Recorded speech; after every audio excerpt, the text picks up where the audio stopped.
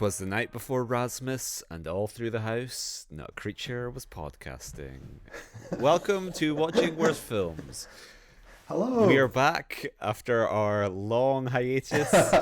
My name is Jericho Reed. With me, Kyle Szymanski. Hello. How are you doing? I'm good. I'm trying to remember how this whole thing works. Oh, yeah. So we are back to you with our 2023 Razzie preview show. So for those of you who didn't hear when we did this last year, what we do is we split things into two parts. So you will be receiving this on a Tuesday when the nominations will be out. We are recording this first part before the nominations are announced, so we're going to try and predict them, and then we will reconvene tomorrow and we will look at the nominations and try and pick what's going to win. So This is part one. The long list is out, but we haven't looked at that. We're going in completely blind. Every 2023 film is up for grabs. This is what we think the Razzies are going to go for. Mm-hmm. And I'm going to have to put my little asterisks here before I even talk about any of mine. I really struggled this year. Yeah. I struggled for two reasons, and I think this is why I'm going to fail miserably. One, it was a really good year for movies, for me. Yeah. I saw a lot of good stuff in 23, so usually I'm used to how, I've got a few front runners. Also, he has broken my brain with Blom. So I don't know what the fuck to think. I thought Morbius was evens. I didn't think worth putting money on it, What's the point? But yeah, so that has broke me. So trying to think if I was Mr. Razzie, realistically, I struggled. I really did. I've still got options though, and I think once I hear yours, it might twinge me a little bit and go, fuck yeah, that's someone I forgot. But I've got a few, but it was a hard year. It was actually quite a good year for movies, and obviously with the strikes and things, there was limited there was less dross, I felt, than usual. So maybe that's it. But anyway, I was just wanting to get it out of the way because I pride myself on thinking like Mr. Razzie, and I've fallen too far. Yeah, I've struggled. I don't have a great many titles. I've really got like 5 or so heavy hitters that I think he's going to go for. I'm prepared to be blindsided. I think there will be like certain things which he'll either really go hard for stuff, or there will be things which will be a glaring absence. Yep. And I'm also expecting him just to come up with stuff that like I've never heard of, like the Machine Gun Kelly film last year was just a bolt from the blue. That was exactly the problem. But yeah, I'm ready whenever you are. Let's do this. So without further ado, should we start with picture? Yes. I think we did that last time, so let's go with that. Yeah. So we're following the pattern that we did in our second halves. So worst picture, flying out of the traps. My nominations for worst picture: The Exorcist Believer. Yeah. If I had to go for one, this would be it. I will eat my hat. I'm not going to. It's my first pick as well, man. And I haven't seen it, so so who knows? That's probably the first time I've went this wild, in terms of everyone knows my feelings on this movie. I refuse to see it. It was probably the biggest critical disappointment for a major franchise picture coming out this year, especially with the hype on it and sort of it was a big disappointment. So I although I don't think Mr. Razzie's going to pick it. It is my number one. Yeah. I don't think this time next year we're going to be talking about The Exorcist. I don't think he's going to make me see Deceiver, Believer, whatever. The Exorcist, Justin Bieber. Mr. Razzie's been listening to this podcast and has heard you go on record being like, the only way I'm fucking watching this film is if I'm contractually obligated to. 100%. Oh, well. Call me a pedophile, will you? Say that I'm an Ana de Armas simp, will you? Okay, so my next nomination is Strays. Consider, if you will, a world where dogs can swear. Yes. I don't have it, again, simply for the reason I forgot about it. And now that you've said it, it's clicked in my brain. I can remember seeing the trailer. But it came out and disappeared, and I forgot about it, so it's not here for me. But you did sit through it, didn't you? Yeah, on your birthday.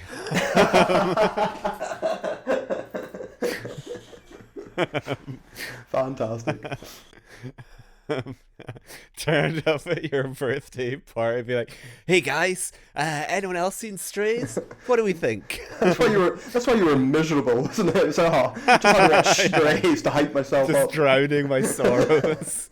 Okay, my next one. This is maybe my contender. This is my biggest, like, what the fuck is going on here film. It is, of course, The Flash. Yes. If it wasn't for Morbius losing, that's what's thrown me off. That's why I mean he's fucked with my brain. Because The Flash is the obvious winner in terms of, again, delays, controversy, end product, exactly. Everything. It has all the ingredients. Everything. Yeah. I had a good meme out of it as well. You know, Exorcist didn't get any memes, so I honestly, I am so hesitant to say this is my pick, right? Because I do. Exorcist is number one, but I have to just believe in my heart he's going to give it to the Flash. I think he can't avoid cape shit again. He needs to go back to it. He needs to start particularly now that it's in its dying, clutches of death. It needs now is when it's fucking 2 years too late is the time he'll jump on it and that's what I was gonna say.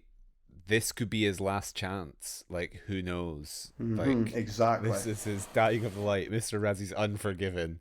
So, for what's worth, this is probably the one that I would most like to speak about with you, I think. Yes. Yeah. Because this is another one where you're not planning to watch it unless I have to. Again, it's the same reasons, It's like I don't want to see Keaton. I don't want to have my memories tarnished. You don't want to see Michael Keaton kamikaze himself over and over again? I really don't, Jericho. I think I'll pass. But it's a strong contender. A very strong contender. Yeah. So my next nomination is Shazam 2. Fury of the Gods, or whatever it's called. I forgot about that one. It's just beyond Zach Levi's meltdown. I didn't see it, actually. I missed it. Yeah, it came out when I was in LA, and because I have like an unlimited card here, I was like, I'm not gonna pay to see Shazam 2. Yeah. And then by the time I was back on these shores, I think I was too busy, and I missed it. So I contributed to Zach Levi having that meltdown about him not earning as much as John Wick. That's great, isn't it? Really, that's the only thing it has going for it. I forgot Zach about it completely. Levi. Like, it's weaker than Flash, I think. And well, I was like, so I only picked the Flash as my superhero cape shit one because there was the Marvels, Mrs. Marvel, some Marvel thing out this year. Yeah. Or last year, sorry. But I was like, he's only going to pick one. I forgot about Shazam, so I'm assuming Mr. Razzie has as well. Yeah. Yeah, I don't think it'll appear. I think I might be able to miss. I think Levi could appear, but maybe he will. Maybe he absolutely. He could be a supporting one 100%, but he's not. Yeah. There's again the Flash the controversy. Film isn't strong enough. Yeah, he has to kidnap someone first. He has to. he has to get to peak tier, top tier superhero drama.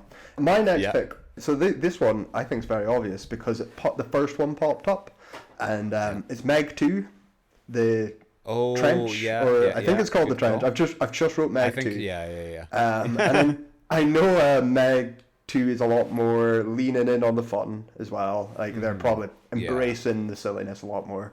But yeah, everyone hated it and like quite viciously hated it when it came out. So it got dunked on. It's got Razzie, pedigree and precedent. So I think it's a good shout. I don't know who's in it. That is a good call, yeah. I have Statham later down for other reasons, but not for Meg. Yeah. Okay, my final nomination.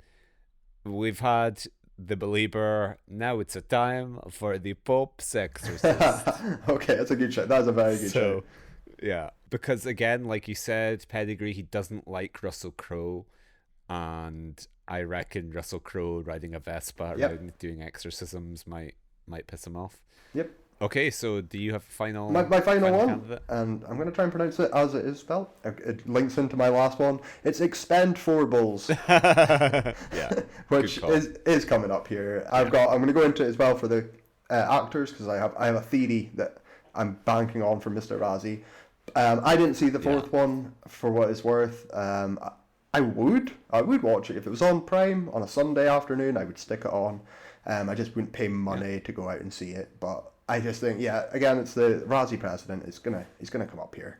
So that was my picks. not the strongest. I wasn't confident. I'm basing off past, and Exorcist is what it's gonna be. I know, like, you're the monkey's paw. It's curling. I'm gonna watch it, but the Flash is. I'm going with the Flash. I'm gonna stick with the Flash. That's my actual one. Yeah, I'm completely the same as you. I do have a couple honorable mentions. Please. So I don't think he's gonna go for them, but two conservative movies, Lady Ballers and The Sound of Freedom. Yes. So I have seen both of these films. Lady Ballers on the principle that My Son Hunter didn't qualify. I think of whatever else you might want to say about him, Mr. Razzie has the good sense not to legitimize these Daily Wire like vanity pieces. Absolutely. So I don't think we'll see Lady Ballers here, even though it is bad. And you could pack out the acting categories just with like Jeremy Boring, like Matt Walsh, Jordan Peterson, Ben Shapiro, and then Sound of Freedom. Although Sound of Freedom is a little more on the fence, I could see that being included, but I don't think Mr. Razzie is brave enough to kick the hornet's nest of coming out in favor of Hollywood sex trafficking. No, 100% there. 100% agree. I don't have any honorable mentions, but I was trying to think when I was going through. I had my two little categories I wrote down was not going to be here because of similar reasons. That fucking Winnie the Pooh horror movie. Yeah. I thought I was like, it won't go in any other category. I guarantee you, it won't be in worst picture. But it's gonna pop up somewhere, like worst remake, rip off, or something. It's coming. It's gonna have one nomination. That's my weird little thing for that. Definitely gonna happen. And then there was this crap at the start of the year as well that I forgot about, which I'm going to assume Mr. Razzie forgot about. You know, like Plane and some of the dumber stuff that was coming out at the start of the year. What was the other one I had? Cocaine Bear as well. I was like, January, February when they were making dumb movies. Sort of pre Barbie, you know, it's a dark time before then. But I just think they are too under the radar, and he's gonna. Yeah. He needs that blonde. He needs that controversy. He needs the big names. He doesn't need, some shitty little film. So those were just my little. Ooh, maybe if I was making a Razzies, these would be here, but I'm not, and I have to go on the whims of a 70-year-old fucking boomer, so never mind. But yeah, that's my little bit. I know what you mean. I operate on a similar principle. We will see some of those films come back because we go down my categories. Yeah. I thought Gerard Butler and Plane maybe because I was like, oh, Kandahar, the film based on everyone's favorite SNL sketch, it was out, and I was like, we might see if he just goes for actors and just stuffs in other things they'd been in. Yes, yeah, the brackets nomination when you're exactly. Anything else, you are fucked. 17 credits for like one person. Yeah. Excellent. So, worst actor. I agonized a little bit over this. I don't know how woke Mr. Razzie is, but I reckon we're going to see Ezra Miller in worst actor. And based if he's pushed on it, he'll be like, well, The Flash is a male character, so actually, like, I think he'll use the Medea rule, and we'll definitely see Ezra Miller in worst actor as opposed to 100%. A category of their own. Yes, Ezra Miller, or twice. He might pad out. Twice like, he might pad out. Yeah. So this is my number one. I undoubtedly, I don't think you can pick someone else either. Like, no, really, like, okay, Jared Leto has to win it, but Morbius doesn't, kind of thing. Yeah, that's exact same fucking way my brain is working here.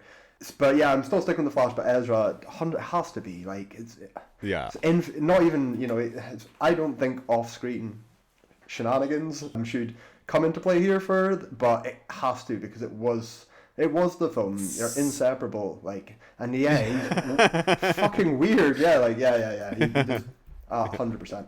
Yeah. My next nomination, Harrison Ford, Indiana Jones and the Dial of Destiny. Oh, okay. Explain yourself. I don't think he's gonna like it.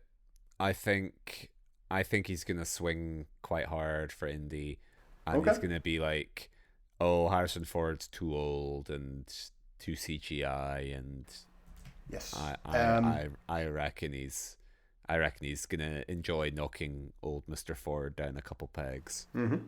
Okay, my next one, and this is what I was speaking about earlier. It's my boy. It's Stallone. And this is an actor. This is in worst actor, not worst supporting actor, because Mr. Razzie isn't going to fucking watch Expendables. He is going to assume that Stallone is the lead, and he will nominate him based on that alone. So like I have no... Statham will be nominated. He's my third for the record, Meg, but he will not... He'll be supporting for Expendables because Mr. Razzie won't watch it. I agonized over that. I originally had Stallone in actor, but actor was such a packed category, and I was light on supporting. I was like, he is a supporting performance, and Mr. Razzie might have an easier time giving it to him. I reckon Stallone's winning whatever category he's in. But I think those days are over. I think if Stallone wins worst actor for a bit part in Expendables 4, then Mr. Razzie has to, I don't know, like, has to do some sort of penance, some sort of Stallone penance for me, because that's fucking nuts. But I can see it happening. That's my theory. Okay, my next nom, Jim Caviezel, Sound of Freedom. So I reckon he will stay away from the film, but he will go for Caviezel as Timoteo.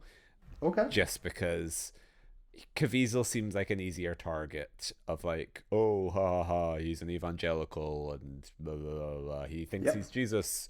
He played Jesus. Blah, blah, blah. So I reckon Mr. Razzie will want a piece of that Sound of Freedom pie, and he will think that maybe he can defuse it by just going for Jimbo. So that's my thinking there. I'm here with Statham. In fact, I'm just going to run through my actors because I was so dead set on Ezra that all my other four are pretty much all the same person.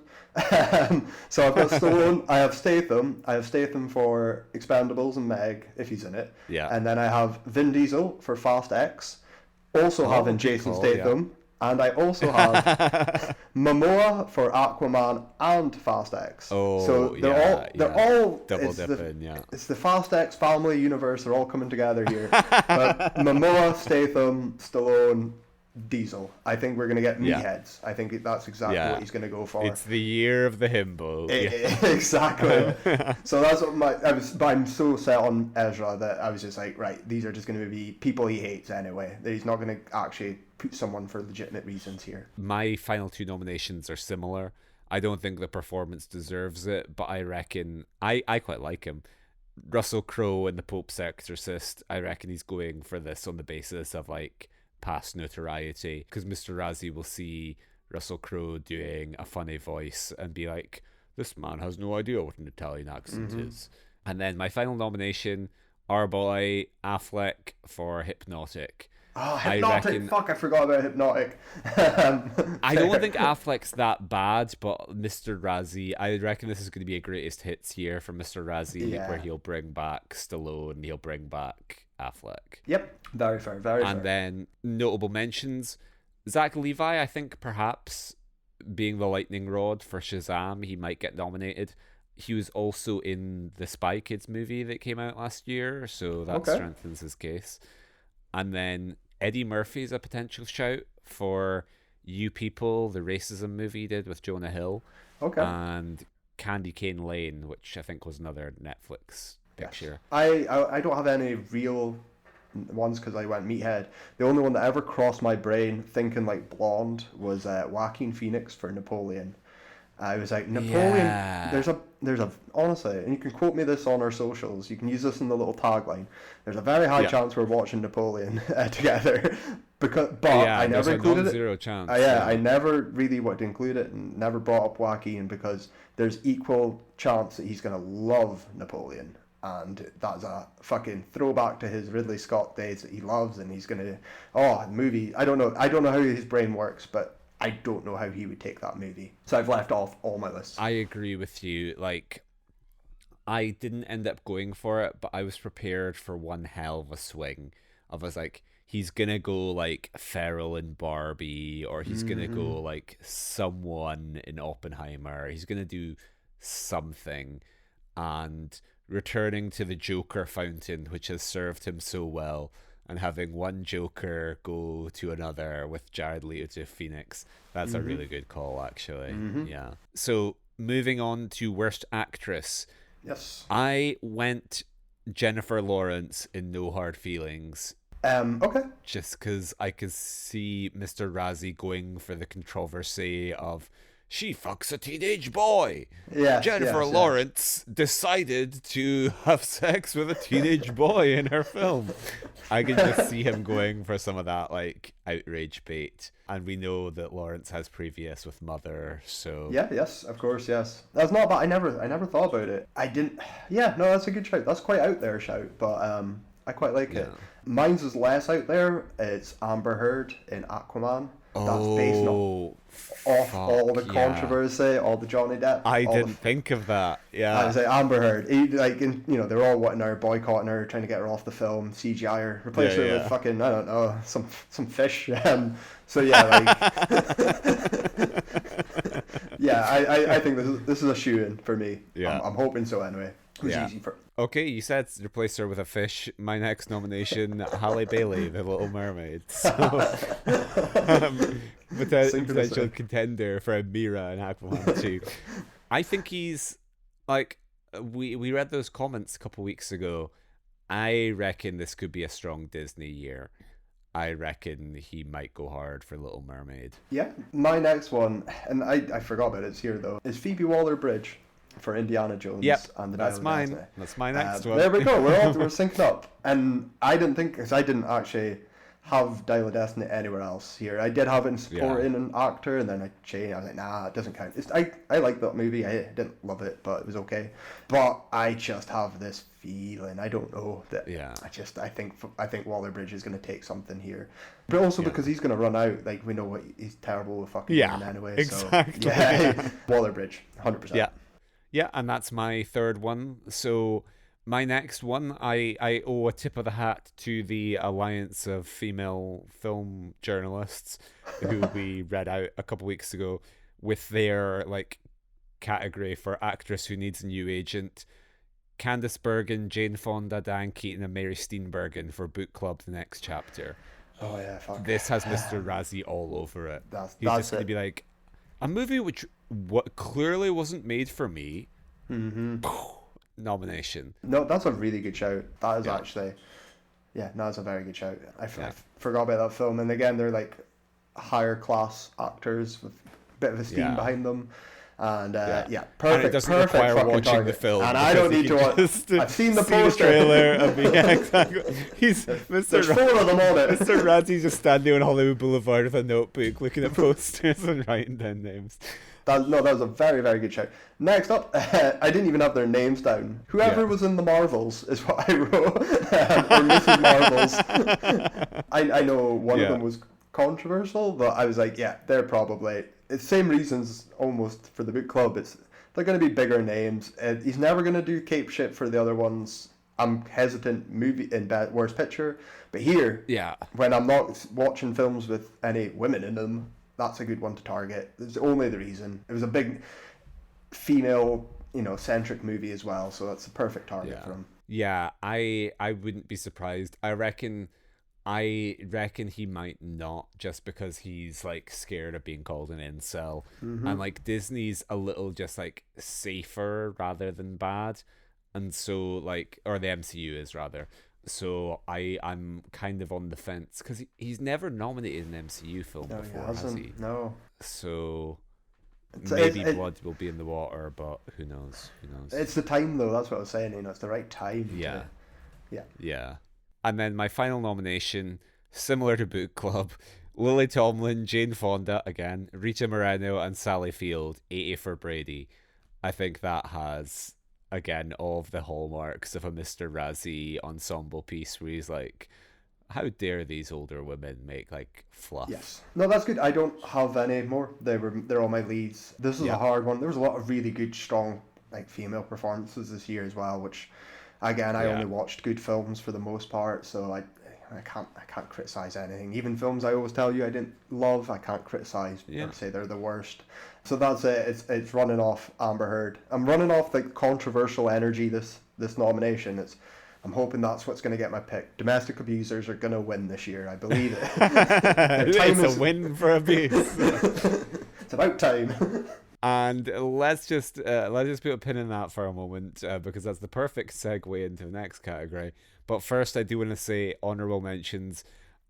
This is, of course, the Mr. Razzie bullshit category where the Razzies were the last worst actress winner. So I could see him doing something like the AMPTP for failing to negotiate with like I can see him pulling some nonsense. If he's gonna do something, it'll be in worst screen combo or this category. Yep, 100%. So, segueing off to worst supporting actor, which, as I said, the abusers category. This is where I think he's going to go MCU, and I think he's going to go Jonathan Majors for Ant-Man Quantumania. Oh, fuck, that's a good shout. Oh, that's a very good shout. I forgot Ant-Man was 2023. He might go Creed. He could go Creed 3. He could double up, but okay. I reckon he's going to go MCU. That's a brave shout. I don't have Majors. I'm now retroactively adding an Ant-Man cast member in, but not Majors. Yeah, that's a very good shout. My number one is Michael Keaton, without seeing it. Yeah. Yeah, this is almost me turning into my, fuck's sake, like, stop ruining my nostalgia. But, I think if I'm going on the Flash, if I'm riding the Flash train, it's going to have to be Keaton. I also think there could be a Affleck or Clooney or whoever the fuck else appeared in that. If my boy, if my 66 Batman Christopher Reeve. If everyone's appearing, they might, the undead corpses of past Superman might be a nomination, but I could round this up into just superhero cameos of some sort, but I'm gonna Keaton is my flag bearer for this. Yeah, he's my number 2, so we don't need to say any more about that. Next up, I have Will Ferrell in Strays, with the little asterisk that maybe he'll do Barbie. Like, I wouldn't be surprised. I wouldn't be entirely surprised. Yeah. Okay. Next up for me, I have John Cena in everything. He's in like 5 movies this year. Like, again, the Barbie thing. Barbie. He could put Barbie in here. He's in fucking everything. Like good stuff, bad stuff. He's popped up so much. He is my brackets for Fast and Furious, for whatever he pops up in. Yeah, John Cena. I need a wrestler in here. He's coming. His time is now. Good call. Okay, then I have old Mr. Rambo himself, Sylvester Stallone, in Expendables. So nothing really to say about that. Well, I'm retro, so my next one here is me adding it in right now because I forgot about it. It's fucking Michael Douglas in Ant-Man, whatever the Ant-Man movie was called. Because holy fucking wowzers of that's a bad film. There's bad performances, like Pfeiffer, as much as I love her, she's fucking not giving a shit either. But like Michael Doug, like, come on, Michael, like, Scott, we gotta go to the quantum realm, Scott. Bill Murray's made me a cuckold in the quantum realm, Scott. But that's it. Like, Bill Murray floats in, for 2 seconds. He's having fun, and I'm having fun if Bill Murray's having fun. But Michael Douglas, Jesus Christ, man. That's one of the worst supporting performances I've seen in a picture this year, so it is. And my final nomination, I've not seen it, but Robert De Niro in About My Father, just because I reckon the supporting categories are here's where he just pads out like, this legend was in a film that was poorly received. There we go. And on that note, and it wasn't poorly received to me, my last one, controversial, it's Tom Hanks in Asteroid City. Oh yeah, I considered that. Asteroid City was on the top. I liked it, for the record. And I'm not a big Wes fan. I enjoyed it, but I know they really didn't get the reception I expected. I know it's really disliked, and I know people are ragging on Hanks still. Tom's the name you're going to pluck out, even though he's good in it. It's not going to be Schwartzman. It's not going to be anyone else. It's not going to be Norton. So it's got big Tim Hanks himself, my man. Here he comes. Yeah. Okay, so moving on to worst supporting actress, I have Awkwafina for The Little Mermaid. Oh, is she? Who is she? I don't. She's a seagull. She's a rapping seagull. Okay, and so what's your reasoning for this? I just have a hunch that he's gonna go for The Little Mermaid quite hard, and she's annoying. Okay. Well, I think my supporting actress, the rest of this nominations are shit, and I'm not going to win anything. Yeah. But I think I'm set to win this with Ellen Burstyn for The Exorcist Believer, bringing her octogenarian corpse out of retirement and forcing her to look at the stairs. You know, yeah, like, fuck that. Like, and she also, you know, like, for me, it feels like elder abuse, but fuck it, she did sign up to it. She turned up on set, so some of the blame has to land on her too. Yeah, fuck this. Yeah, and that's, you know, it's an actual supporting role as well. It's not a cameo, so fuck that. Like, yeah, that's a winner. My next nomination, Melissa McCarthy for The Little Mermaid. Kind of trend here. Same basis, someone who he doesn't like, someone who he's nominated in the past, and a film which I suspect might be a big player. I have one. Well, now that you've said it, I'm going to throw Michelle Pfeiffer in there from Ant-Man as well, because that's stuck in my brain, and you've got me angry about Ant-Man. My beloved Michelle Pfeiffer is getting thrown into my category at number 2. Good call. Next, I have the actress who played Supergirl / Sasha Calle in The Flash, which, for what it's worth, I like her. I think she's good. I think she's... What is she in? I don't know who that. Is she in anything else? I don't know. I don't think she's in anything else. But she's like a rare bright spot in The Flash for me. But I can just see Mr. Razzie going for her if the film is a big contender. And then I have Ellen Bernstein for The Exorcist Believer. And... padding out number 5 in the legend in a film which is bad slot, I have Helen Mirren for Shazam 2. the Judi Dench and Katz Award goes to Helen Mirren in Shazam 2. Who is she in that? I think she's just like a god or something. I think she might be the villain, to be honest. I could be wrong. But... she's come a long way from Caligula. That's all I'm going to say. How the mighty have fallen. yeah. And then honorable mentions: Uma Thurman in Red, White, and Royal Blue. Red, White, and Royal Blue is like the slash fic of like, what if Prince Harry fucked Obama or something? I don't know. And Uma Thurman's in it, and I can just see, I can see Red, White, and Royal Blue cropping up somewhere. And this just seems like Mr. Razzie bullshit of like, wait, why the fuck is this thing? Is this cropping up here? On a similar basis, Margot Martindale for Cocaine Bear. That's a good choice. And then Whoopi Van Rome in The Meg. Okay. Just because I just looked down the list on The Meg and landed on this random name. I was like, okay, an actress nobody's ever heard of for The Meg. Could be a child. Could be a winner. Yeah, exactly. Yeah. How more true to the spirit of Mr. Razzie can you be than just spinning the roulette wheel and be like, any woman from The Meg.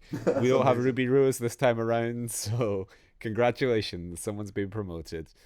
So moving on to Worst Director, also known as the David Gordon Green Award, because David Gordon Green, The Exorcist Believer. And the thing is, everything, it's undoubted to me. There's who directed The Flash? Andy Muschietti, my second name. Yeah, like I was like, oh, he could be there. Any of my worst picture noms, their directors are going to be here, but Gordon Green will be robbed if he doesn't take it.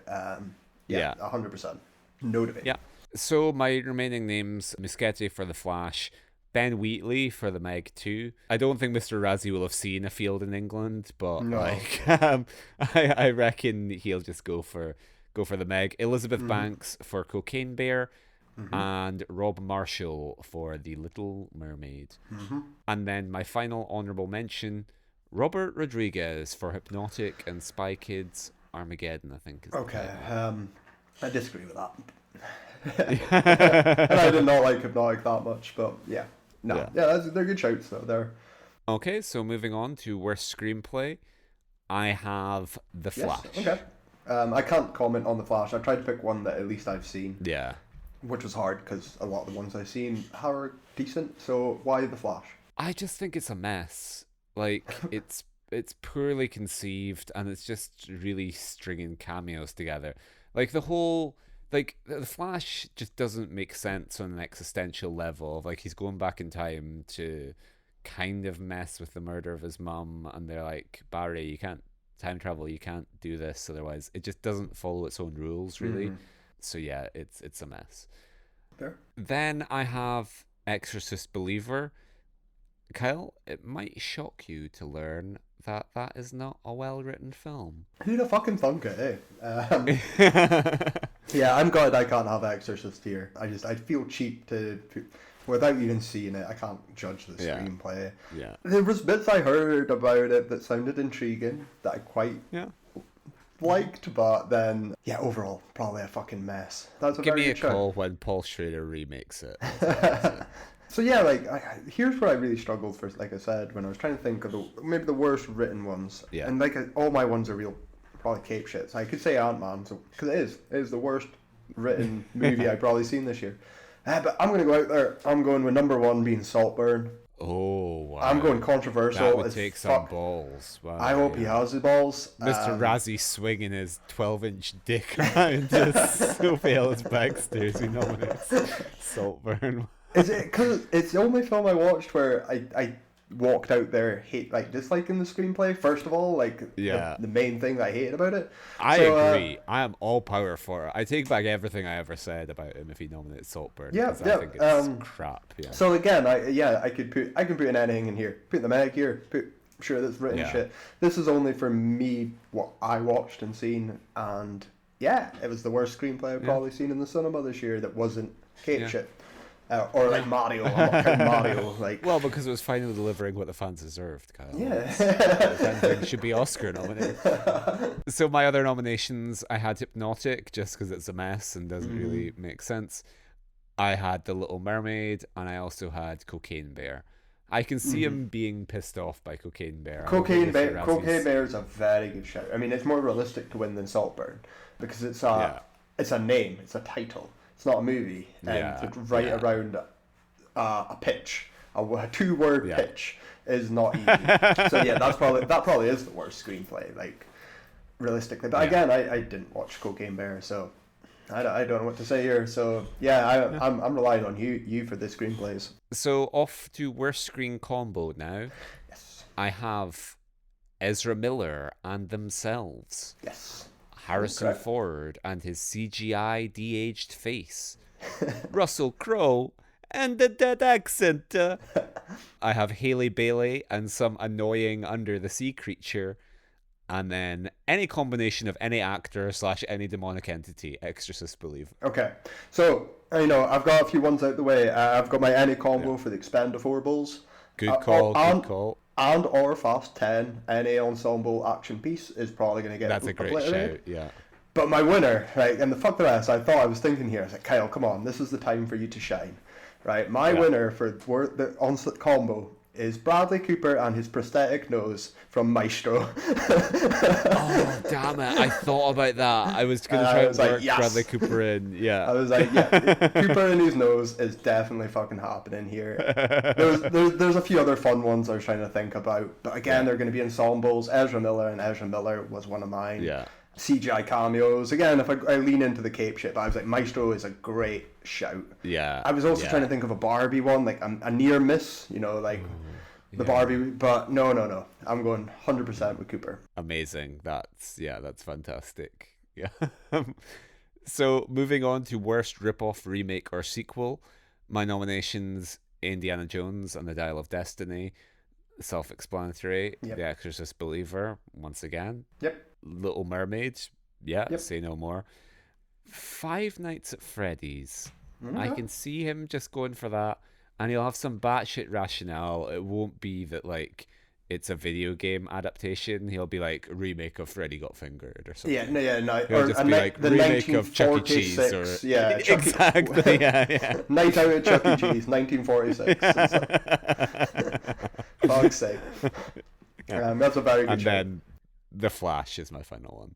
Okay. Which again speaks for itself. So a very, very, very similar list. All superheroes, Exorcist is sequel, Expendables will probably pop up here, Fast 10 again could pop up here, The Meg 2. I would be cheeky and put Saltburn in here for rip-off. Yeah, no, for sure. Talent of Mr. Ripley. Yeah. Parasite.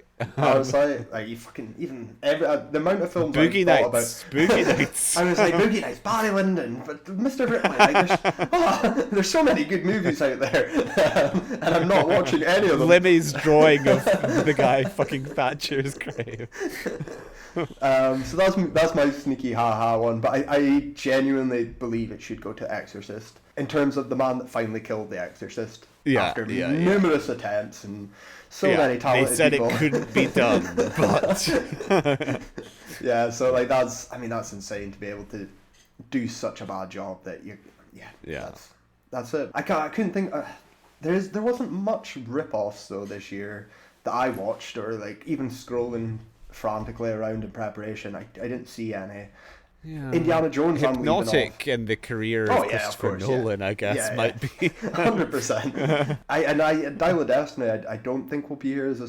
I think just because if it's technically a sequel to Crystal Skull, it's a very good sequel. If there was only two, no, I like Crystal Skull. In fact, I prefer Crystal Skull, but it was still a good sequel to it. Yep, that's. You're just better because Disney owns you. But just you wait. In 100 years, I'm going to be in the public domain. People can finally make fan art of my character crashing into the Twin Towers. Finally, I will get to have sex with Steamboat Willie, just as I've always dreamed of. That is amazing. And so all that remains is the Redeemer Award, which I think I've said he might be nominated, but I'm covering my bases. Will Ferrell for Barbie. Not that he's particularly good in Barbie, but just being a part of a beloved film. And he was one of the only people I could think of who's like won a Razzie in the past. Yeah, I don't have. I mean, I did try and think of a redeemer. Yeah. Keanu hasn't already been redeemed, has he? Well, that was my other one, was Keanu for John Wick 4. He's been nominated, but I cannot recall if he actually won. Then I'll probably give to look it up. Yeah, if he didn't win, I mean, even if he did, I'm still. It doesn't matter, does it? There wasn't that like Will Ferrell didn't get that standalone, Murphy Sandler style like comeback role. There hasn't been like Stallone hasn't done a Creed. There hasn't been one that's been dragged through. Bruno can't do anything. No. Pia's time's not back yet, so I'm gonna go with Kevin Spacey for that. Woody Allen for Coup de Chance. But yeah, there wasn't much redemption this year. But I'll go with Keanu because I really enjoyed John Wick 4, and it was a nice way for him to bow out. It'd be nice to give him the Redeemer and let him go make more different movies. Yeah, that'd be fun. Yeah. And then finally we have the Barry L. Bumstead Award, the I'm whatever Mr. Razzie needs me to be award, which potentially this is where he's going to make a comment on the writer's strike, but most likely I think he's going to contort it into some Disney Centenary Shame Award, like the people in the comment sections were predicting, including that guy who I'm just going to like label Mr. Razzie Smithers. The guy who was like, careful now, we have a reputation to protect. It just seemed, Mr. Razzie Smithers was like very big on the idea of nominating Disney, so I can see that happening. 100%. Yeah, I'm going to go with the Winnie the Pooh movie there, because I don't know if that was even eligible in the first fucking place, but if it's not, this is where it belongs. It's that straight to VOD. I don't know. I think you're right. I think that's going to crop up in rip-off remake. That's going to be his rip-off thing, because I've seen lots of people say that that's the front runner for the Razzies, but on a similar basis to like the conservative ones, I can't see him going for like Blood and Honey, Winnie the Pooh, or whatever it is. Is that what it's called? I think it might be. Fun. I love that. This is also where I would have thought the conservative sounds of freedom, silence, whatever the fuck, all the conservative trash, that tier should be here. But no, the Ben Shapiro Award. Yes, the conservative media. Fantastic. I would love to see Ben Shapiro at the Razzies. Okay, hypothetically, if I've made the worst film of the year, then I should be nominated for worst film. I shouldn't be receiving a special honorary governor's award, Mr. Razzie. You know what, Mr. Shapiro, I agree with you. I think that's 100% right. Let's restructure this. But yeah, that was excellent. So as I said, I am not last year confident. I was much, much more confident going into 23 than 24. The strike didn't help. Having just not really having as many big bombs either. Like I don't know. Like basically everything Disney did bombed. Like, but that's I was considering you might go for Wish. Disney, Marvel, and DC, that shit rules the world now anyway, right? So like Disney and Marvel, whatever the fuck. If he targets that, great. But I guess in my brain, I almost remove that from the cinema. Like if I see like my brain just deletes it, the showings and the times. It just there's nothing on today. There's 0 films showing today, apart from Blood and Honey. So I can see it, but like it's for me taking away that there wasn't a Kevin Costner bomb. There wasn't this big like Hollywood old style the way the Razzies we were. didn't have almost. Heaven's Gate, no. Exactly. We needed a Battlefield Earth, even just something where a cat's, where it's like, oh god, what the fuck? Where does this come from? Like there wasn't that this year. It was quite a safe year outside of Disney and Cape shit. So but I'm excited to see where it goes, and we'll find out very soon. Yeah. So join us for the second half, which will be mere moments away for you and will be 24 hours away for me and Kyle. So stay tuned to hear the big moment, the reveal of the Razzie nominations as we get closer to working out what the next film we're going to etch into our podcast pantheon will be. We will have some idea of what we're going to be watching, which is exciting. Yeah. So join us for that. Excellent. See you then, guys. Okay, the shortest of part 2's middle sections, because there's something I want to talk to you about. Have you heard about, because obviously this isn't strictly Razzie news, but we cover a lot of stuff on this podcast, and this film seems like it might be the most me and you film ever made. Have you heard about SNL 1975 and the news over this weekend? I have indeed, my man. I didn't see more other than our favourite Nepo baby. Cooper Hoffman? Director.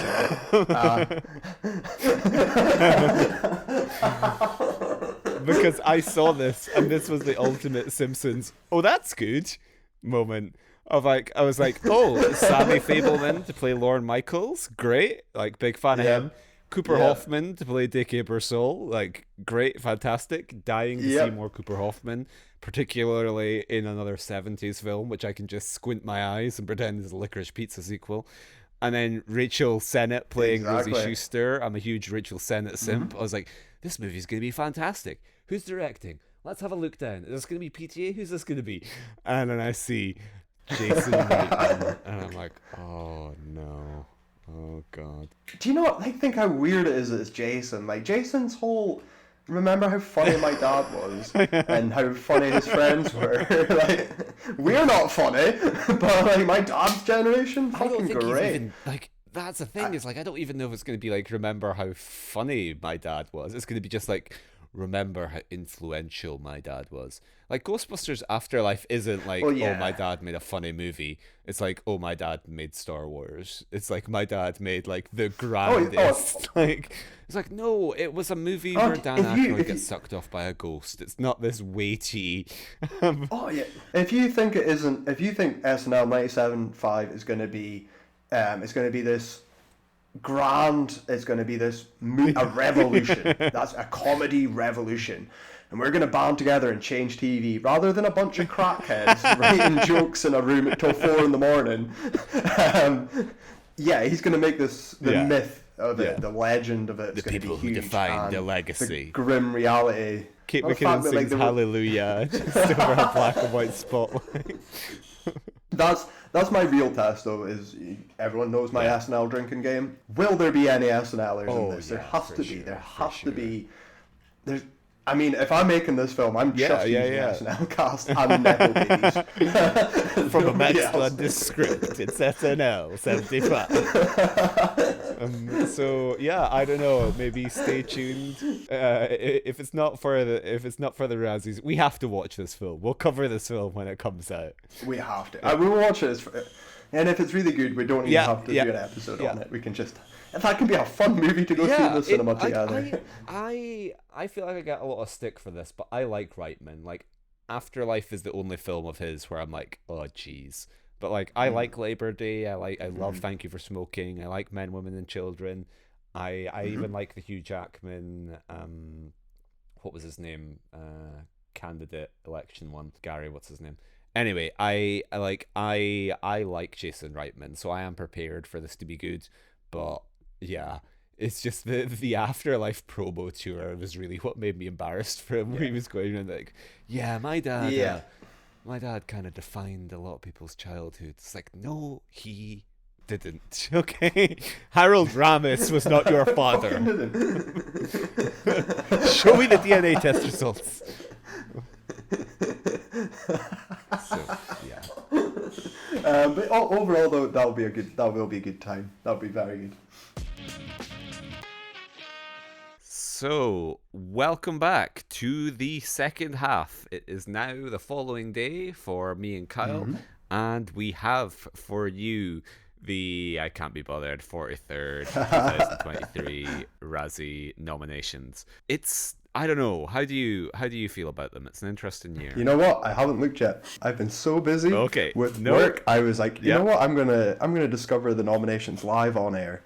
That's the way it should be. Okay. I like that. Well, allow me to read to you for immediate release. 44th Razzie noms. Barbenheimer brought the industry the hits, but there were still some shits for the Razzies.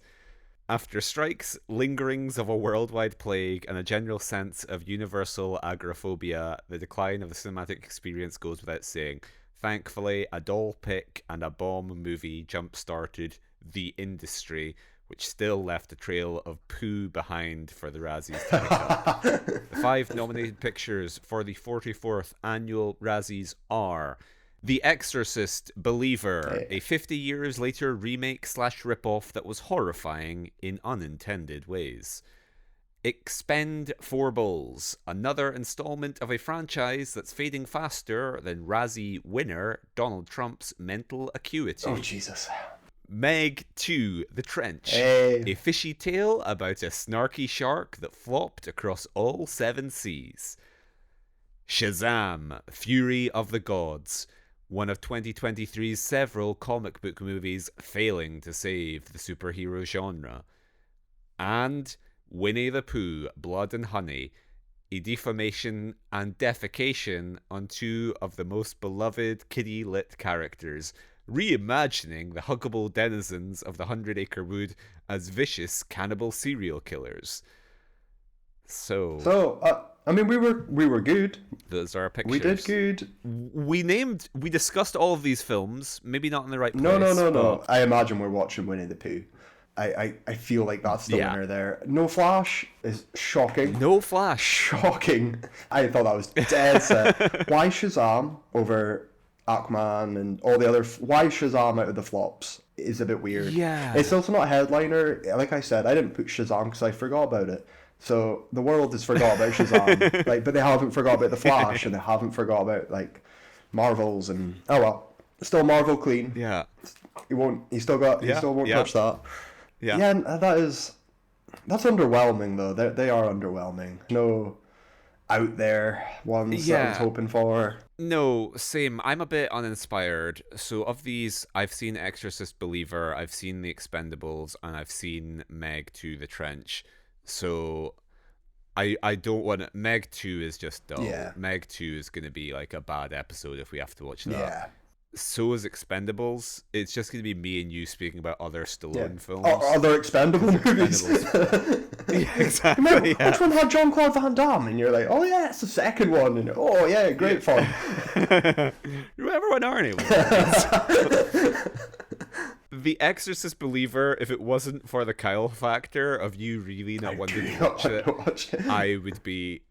I don't want to rewatch it again. We could do it in person really, though, and you could just watch my facial reactions and turn into disgusting. Yeah, so of these, really, I'm rooting for Shazam or Winnie the Pooh. And I'll tell you right now, Shazam isn't going to be an all-time Razzie winner. No.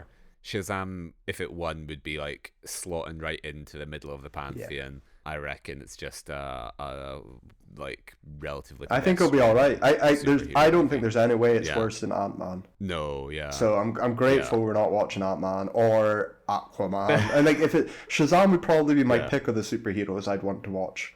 Yeah, I'd rather watch it than The Flash. I know The Flash is funnier and stuff, but fuck it. I didn't hate Shazam 1. I don't remember it, but I didn't hate it. So yeah, Shazam 1 was fine. I like the director, the David F. Sandberg guy. He makes cool videos for YouTube.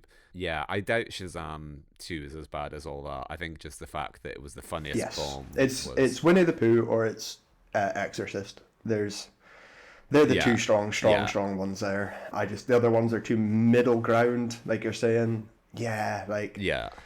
Oh, well. Yeah, so on their ballot, they have Winnie the Pooh, Blood and Honey. Wait, shouldn't that be spelt honey? As in Hunny. So, going on record with our predictions, we're both saying Winnie the Pooh. Yeah, for contrarian's sake, I'll stick with The Exorcist. Just so we have different answers. But in my heart, it's Winnie the Pooh. Yeah. It feels like a Razzie one. Yeah, this just has absolute proof written all over it of like, why are you legitimizing this thing?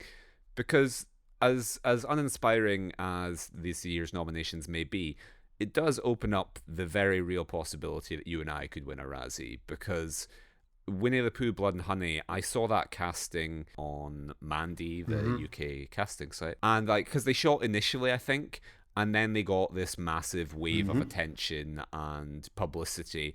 And I think that brought in more money, so they were doing additional reshoots. And I saw them casting for things, and I was like, oh, for fuck's sake, that piece of shit. And I just didn't apply. But like, I think they're like UK filmmakers, and it was made... This is closest to Saving Christmas. Honestly, this is just made for nothing. I bet you I hate the film, but like, I like the film. The intentions, I'll be having Evil Dead 1 in my head, and like, that's fun. That's their mum or something coming in to be an extra, or there'll be fun shit for me. It'll have that American movie style. Just, that's what I want. It does also open the doors and precedent for all the other public domain shit that's going to be spewing out into the world in the next few years. So, well, that's why, like, we probably missed the gate on it, but if me and you are cynically attempting to win a Razzie next year, I think we come out with Steamboat Willie meets Django. The Steamboat Willie Massacre. Can't wait.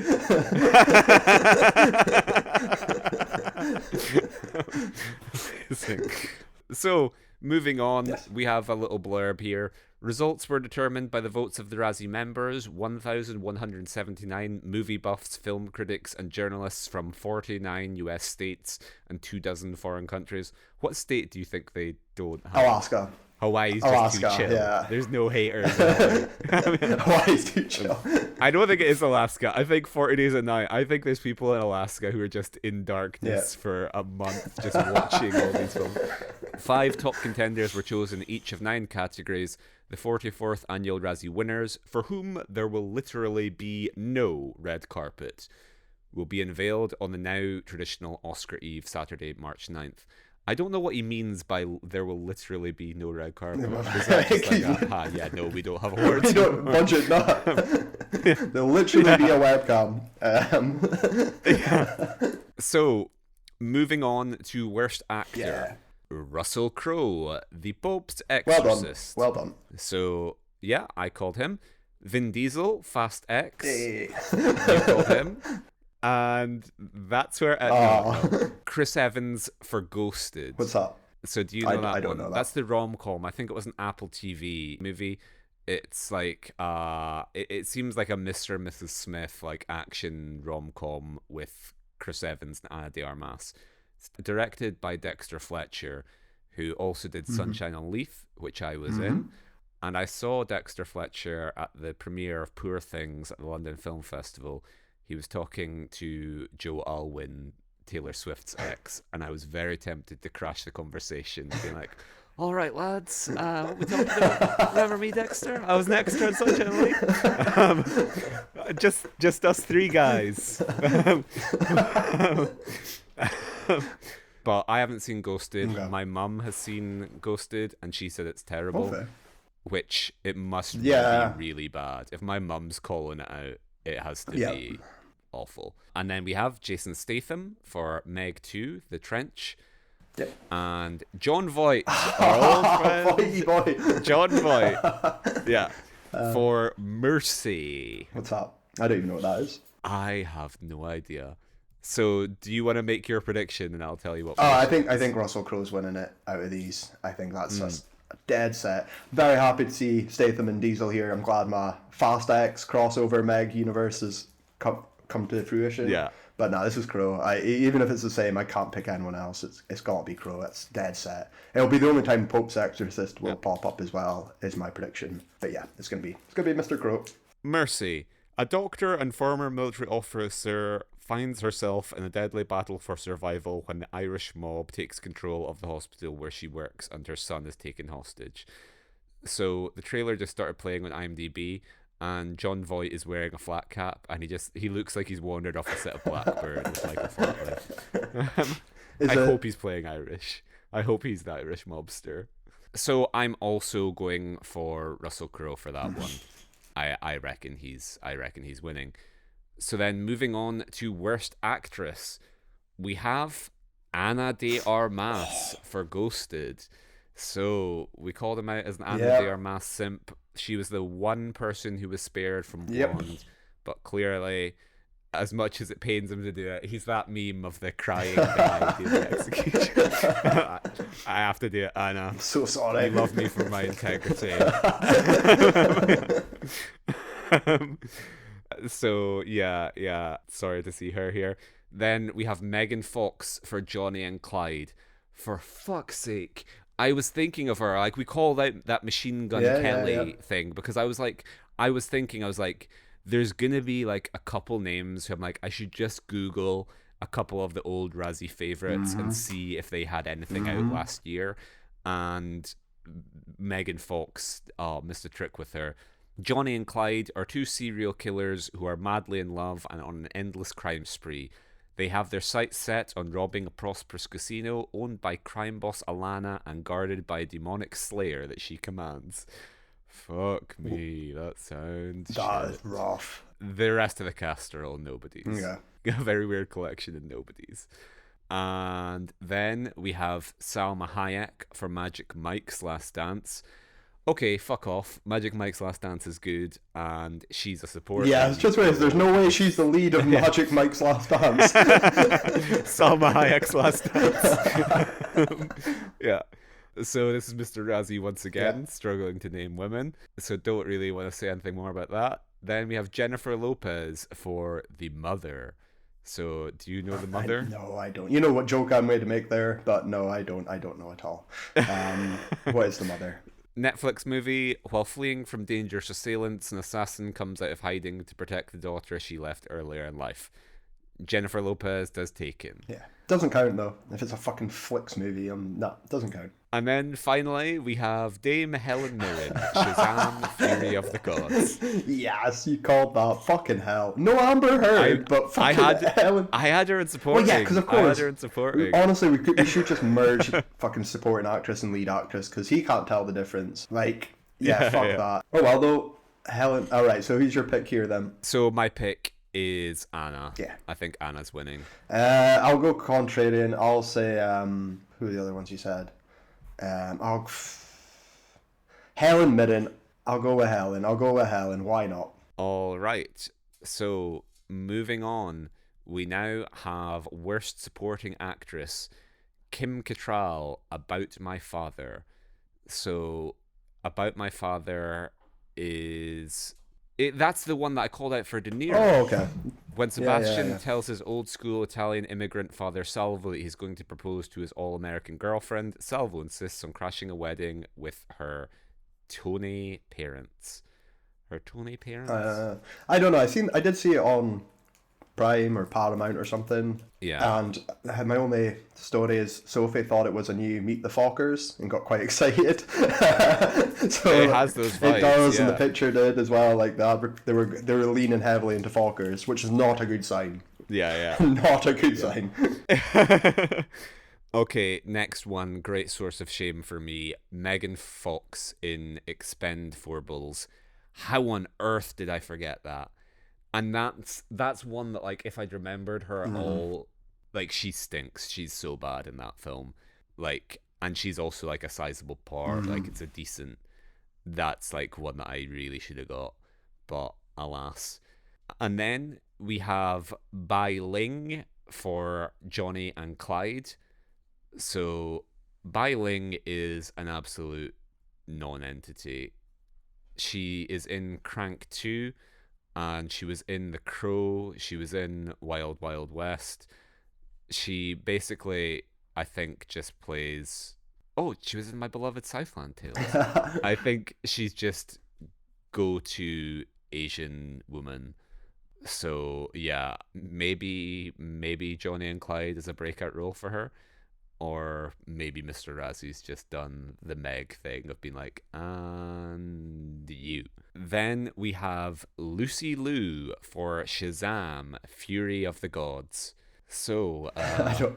yeah, Nothing to say. can't really comment. Yeah, no comment from me. Yeah, previous Razzie nominee for. Was she nominated for Charlie's Angels, or was she the only one who did? I think they got a nom for the on-screen combo. Yeah, I feel like Charlie and he's Bosley or whatever the fuck. Someone. Yeah, I don't think she escaped.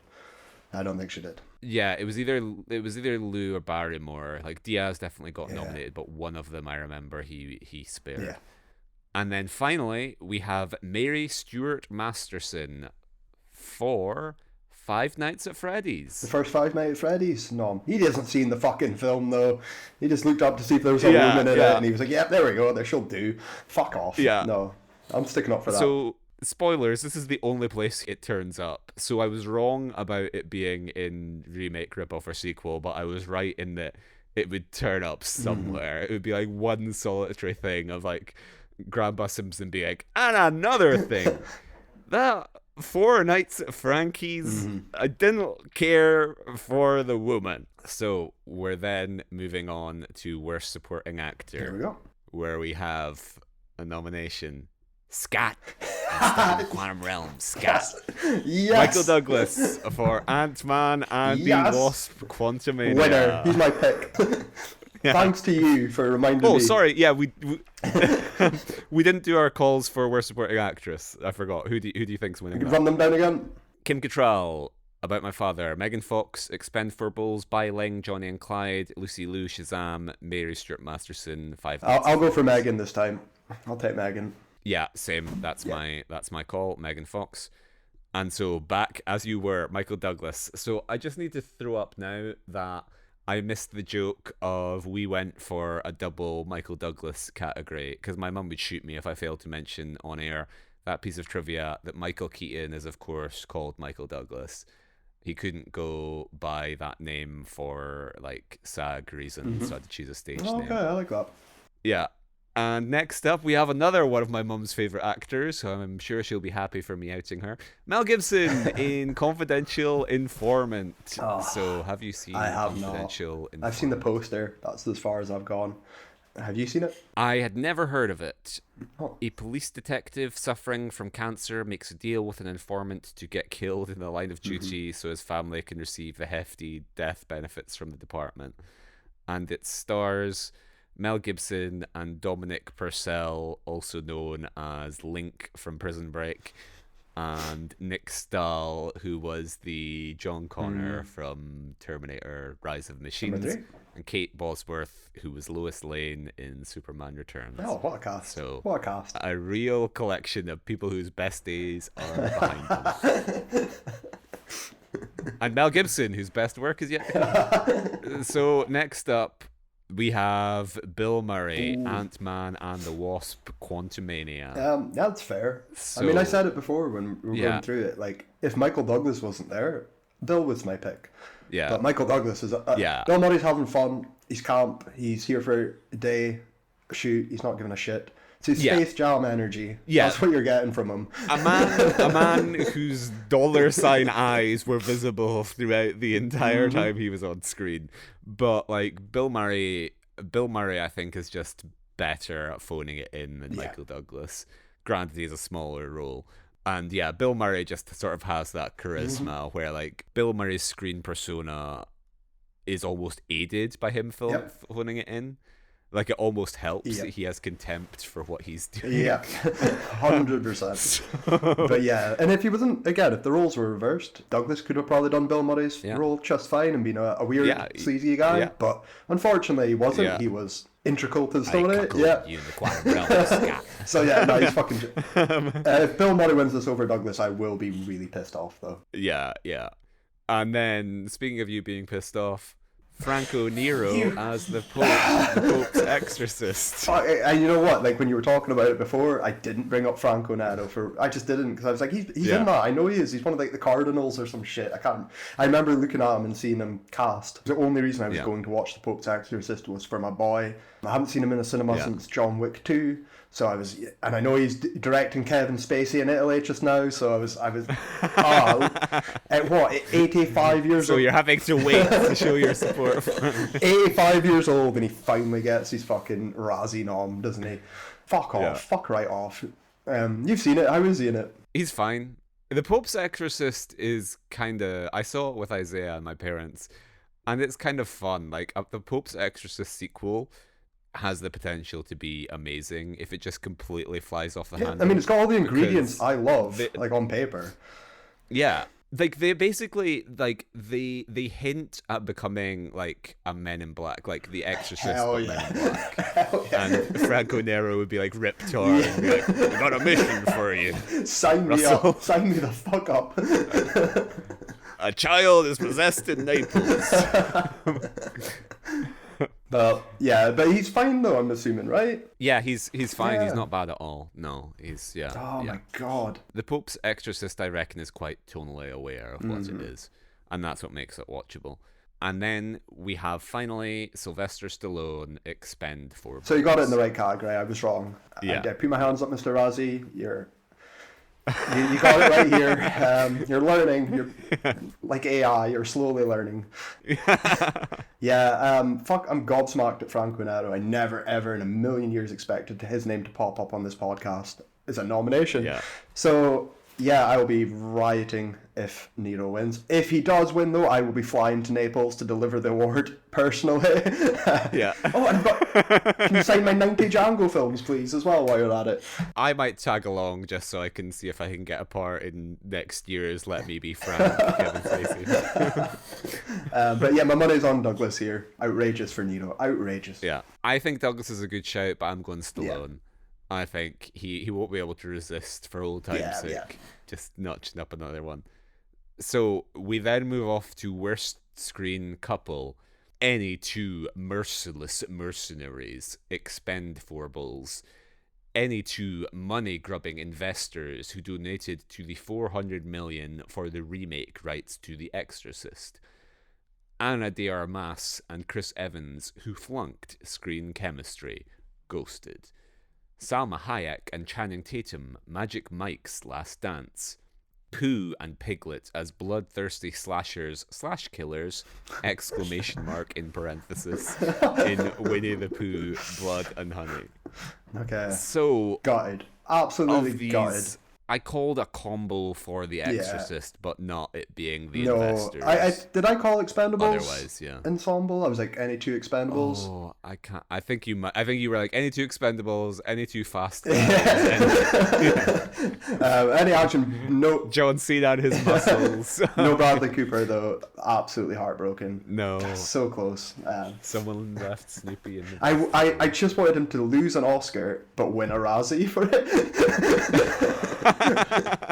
Did you see the thing about the Rob Lowe? Yeah.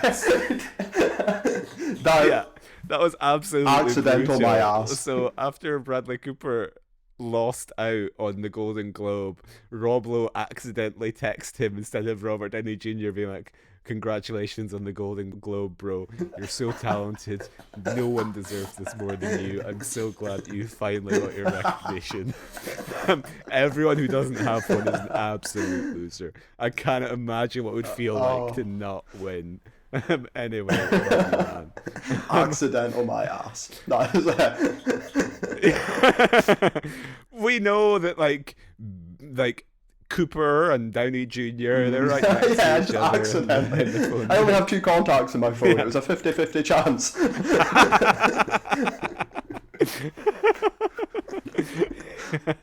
Amazing. This is a tricky one. I'm worried that I might fuck the predictions this year because, like, on the one hand, I can see certain things sweeping.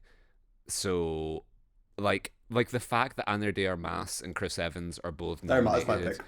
That's I'm my tempted that, like, because it's also that did say they had no that's chemistry. also the one I'm going for Specifically. I think it could be Pooh and Piglet, but the fact that they were both nominated for actor, which you don't necessarily always see.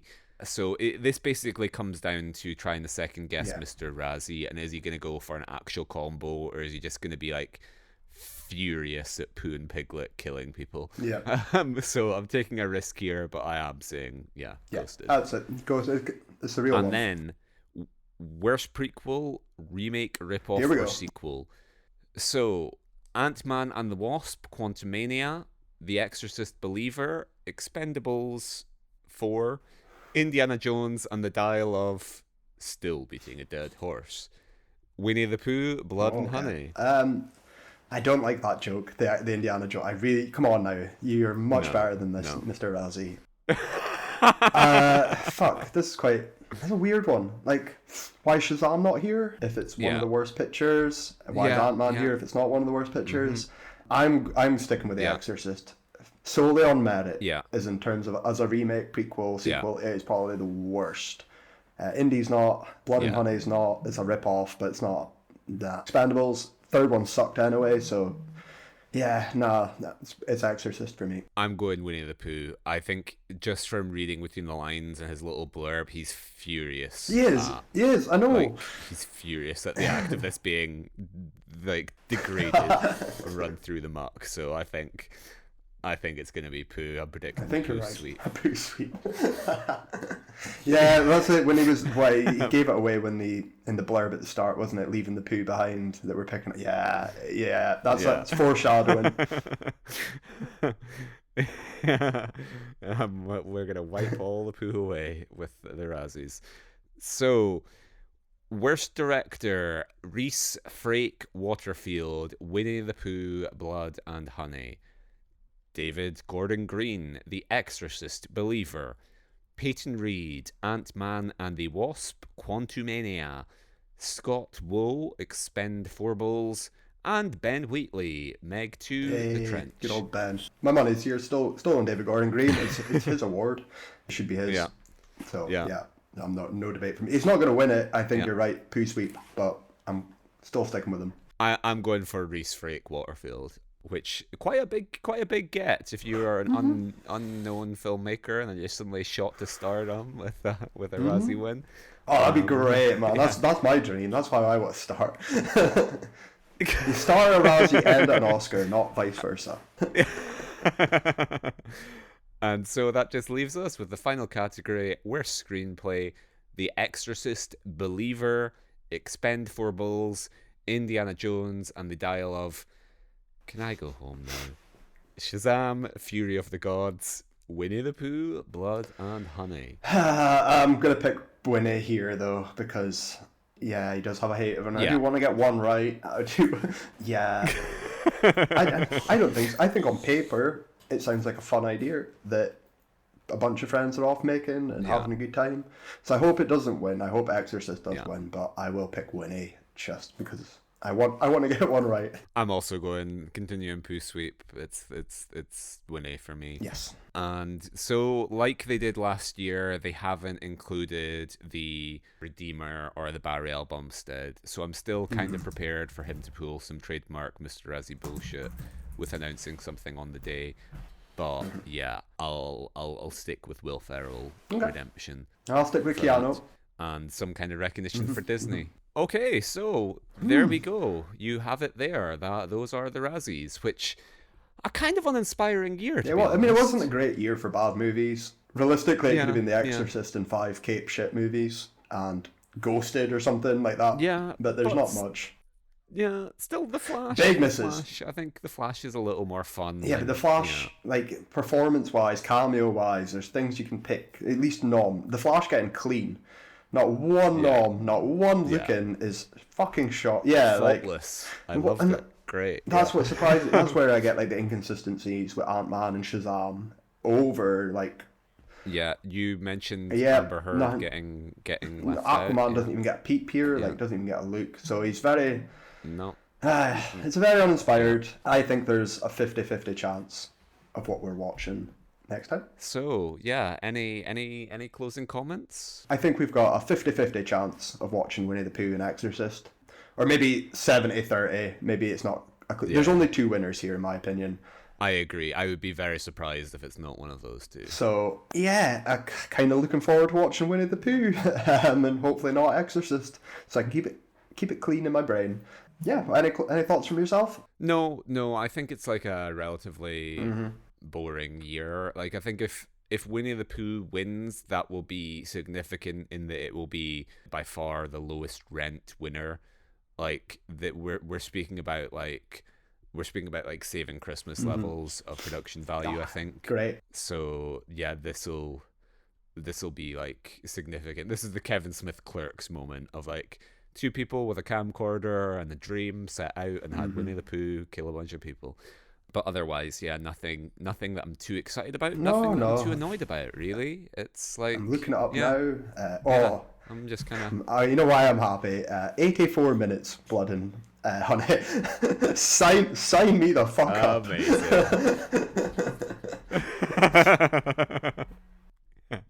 I'd watch Winnie the Pooh, Blood and Honey too. Yeah. So that kind of brings things to a close. So if you have enjoyed this episode, you can follow us on social media where we are Watching Worst. You can email us at watchingworstfilms@gmail.com. Get in touch with your predictions. Let us know what you think is going to win. Let us know if you think there's been any grievous omissions for both either the Razzies or me and Kyle. If there's anything we've forgotten about that you particularly dislike, let us know. And give us some shouts for forfeits, because we'll do the same thing as we did last time, where whichever one of us loses out on the predictions will inflict something on the other one. I'll take Exorcist off the table. Like, if Pooh sweeps, I'm not going to also be like, surprise, you're now also watching The Exorcist. Like, I think you should be spared. I've made my pledge. I will only watch it if I have to, under contractual obligations. Nothing else. Yeah. So that's going to be us going back on hiatus. So you will next hear from us on the 12th of March. So the Razzies take place on the 9th. And we will be back to you the next Tuesday as the sun rises on the 5th day. Look to your podcast provider of choice. We'll be there. And we will be there. Triumphant over a mountain. A shiny new episode for you. Thanks very much. See you then, guys.